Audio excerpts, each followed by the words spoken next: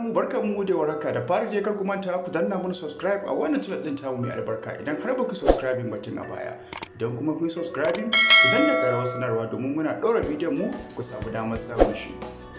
Wutan manbilla bogine binciken gani da ido wanda tashar BBC ta gudanar ya gano cewa duk da bambami da bugun kirji wanda gwamnatocin Najeriya suka shayi akan samar da wuta daga madatsar ruwan manbilla tun shekaru 40 duk bogi ne kawai, ko hanyar zuwa wajen ba a share ba, hatta babur baya iya zuwa wajen. Shin me ra'ayinku akan wannan ƙarairayi da aka dinga yawa mutane? Idan za mu iya tunawa a taimaka farko ta shugaban Muhammadu Buhari ƙarƙashin jagorancin Fashola a matsayinsa na minista kafin a raba ma'aikatar wuta da kuma ma'aikatar ayyuka da gidaje, ya ce wannan aiki an kusan kammala shi.